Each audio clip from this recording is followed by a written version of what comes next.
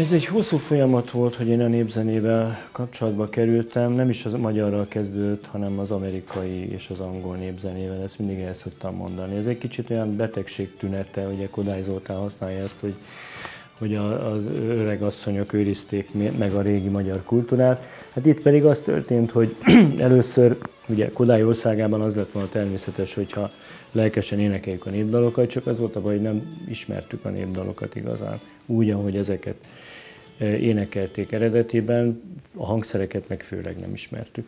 Tehát az a mozgalom, ami Amerikában volt a 60-as években, az viszont eljutott ide, az akkori beat zene egyik ágaként is, és ez rám is nagyon nagy hatást gyakorolt. Volt egy nagyon jó angol tanárom, aki maga is gitározott, énekelt, voltak neki kottája, ezeket lemásolta. És aztán csak később kezdtem gondolkodni, hogy ez a gitárral azért valami mást is lehetne kezdeni. Valaki mondta nekem, hogy van a Páloczy Horváth Ádámnak az 5-5 énekek című gyűjteménye, abban vannak virágénekek. Akkoriban a rádióban is nagyon gyakran lehetett ilyeneket hallani. Meg mondjuk lehetett Török Erzsit hallani, aki ugyan egy képzett énekes volt, bár elsősorban színésznő, de nem felejtette el az erdélyi gyökereit, és szerintem, és sokak szerint ő volt az egyetlen, aki valóban hitelesen tudtak közvetíteni a feldolgozásokban is a népdal hangot, és nekem is sokat segített. És aztán később lemezekről, bár ilyenekhez azért annak idején nem nagyon jutottunk szintén hozzá, de aztán utána 70-es évektől már rendszeresen megjelentek autentikus népzenei felvételek. Például Karlós Zoltánnak az erdélyi gyűjtései, aztán 72-ben már vele is megismerkedtem, és fel is kerestem őt, és nagyon sokat segített az ottani útjaimon. Aztán Elkecskés András hívására valahogy lassan bekerültem az ő együttesébe, a Bakfagmányt Lantrióba, Kecskés együttesbe, és hát ott talán ő fedezte ezt föl, hogy én a népzenei tudásomat és a koboz hangszert hasznosítani tudom, hiszen ez egy ősi magyar hangszer, a középkori lant is valahogy így ilyen formájú lehetett. És hát nyilván nem volt tőlem távol ez a történeti érdeklődés.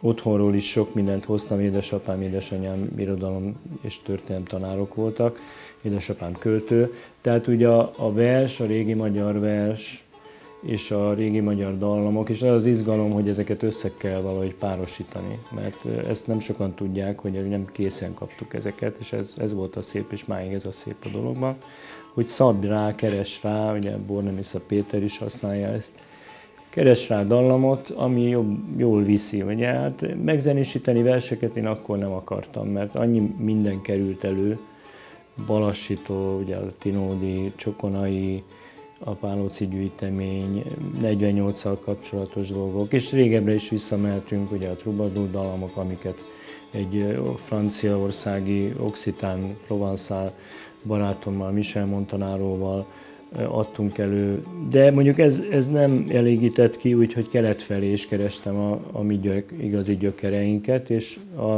török zene már nagyon régóta érdekelt, egész kamaszkorom óta mindig szerettem hallgatni, és megismerkedtem az úgynevezett ásik zenével, ami ásik szerelmest jelent, tehát ez egyszerre a földi és az égi szerelem őrültje, az ásik.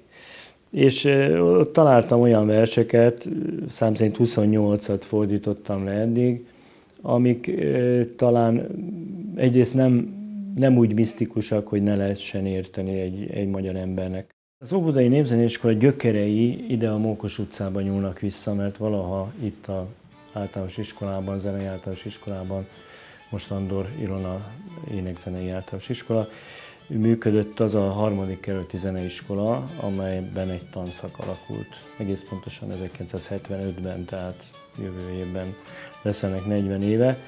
És ebben a tanszakban ugye eleinte Béres János alapította ezt, tehát ő Furuját tanította, a felesége cimbalmot tanított, és volt még több citera tanár. Ez a néhány hangszerből álló repertoár, ez aztán kibővült a táncház mozgalomnak köszönhetően, és ifjú Csóri Sándornak köszönhetően aztán hívott más zenészeket is ide a Téka együttesből, és ez működött egészen 1991-ig tanszakként, és abban az évben lett önálló iskola. Ma egészen véletlenül helyettesítőként itt van egy volt zeneakadémiai tanítványom, Szlama László, akit hát szívből ajánlok, mint a Koboznak tényleg egy fantasztikus játékosát.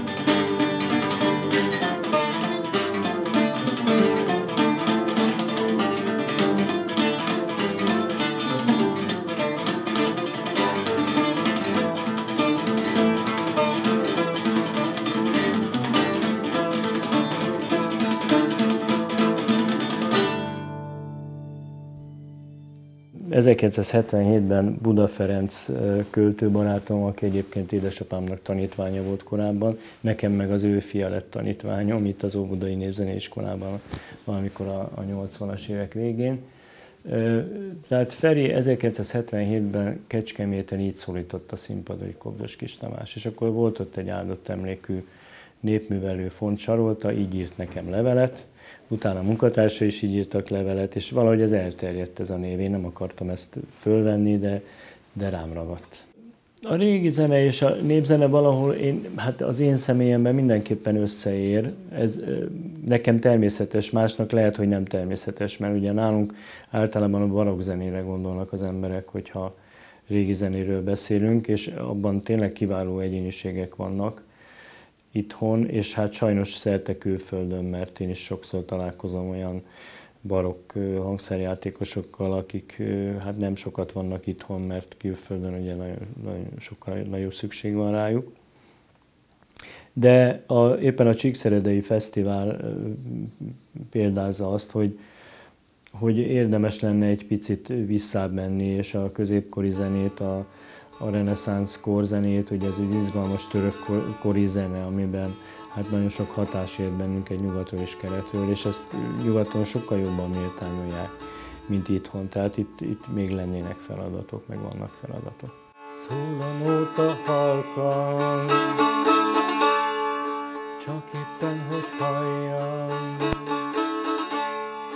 levegőben ide-oda kanyarog a dallam.